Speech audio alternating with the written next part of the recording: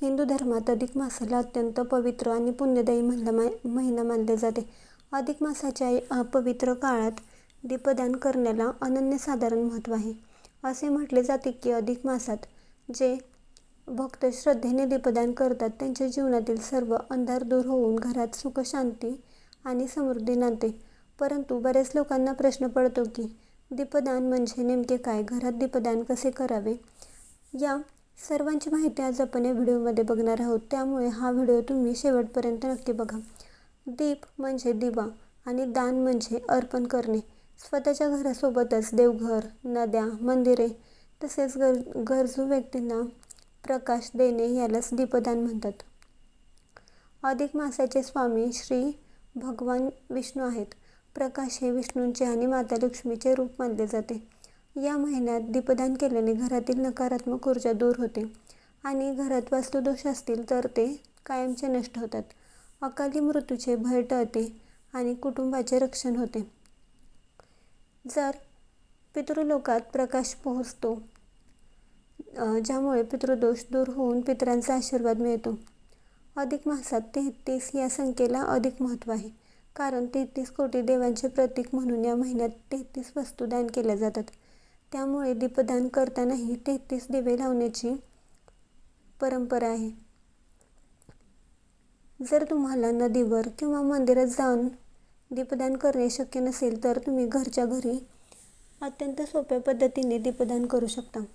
दीपदान करण्यासाठी अधिक मासात गव्हाच्या पिठात थोडे तूप आणि हळद घालून 33 लहान दिवे तयार करावेत आणि या दिव्यांमध्ये गाईचे शुद्ध तूप किंवा तिळाचे तेल वापरावे आणि कापसाची वात लावावी. अधिक मासातील कोणत्याही शुभ दिवशी म्हणजेच एकादशी, अमावस्या, पौर्णिमा, शुक्रवार किंवा नवमी तिथीला संध्याकाळी हे 33 दिवे एका मोठ्या ताटात किंवा केळीच्या पानावर सर्कलमध्ये मांडून घ्यावेत.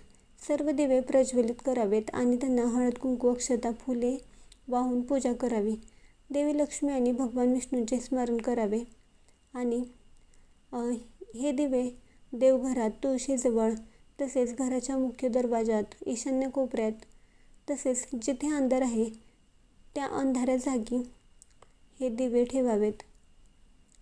जर 33 पिठाचे दिवे रोज लावणे शक्य नसेल तर संपूर्ण महिन्यात रोज किमान 1 किंवा 5 दिवे लावावेत आणि महिन्याच्या शेवटच्या दिवशी किंवा अमावस्येला 33 दिवे लावून दीपदान पूर्ण करावे. तुमच्या घराच्या आसपास जर एखादी नदी असेल तर केळीच्या पानावर किंवा द्रोणात पिठाचा दिवा ठेवून तो प्रज्वलित करून नदीच्या पाण्यात सोडावा.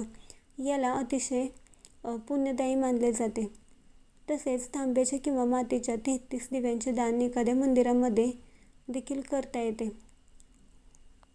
दीपदान हा लक्ष्मी मातेला प्रसन्न करण्यासाठी पवित्र अधिक मासात दीपदान नक्की करा. दीपदान केल्यामुळे देवांच्या कृपेने तुमच्या जीवनातील अंधार नक्कीच दूर होईल. तुम्हाला ही माहिती कशी वाटली कमेंट्स करून नक्की सांगा आणि हा व्हिडिओ तुम्हाला आवडला असेल तर तुमच्या नातेवाईकांना, मित्रमैत्रिणींना शेअर करा.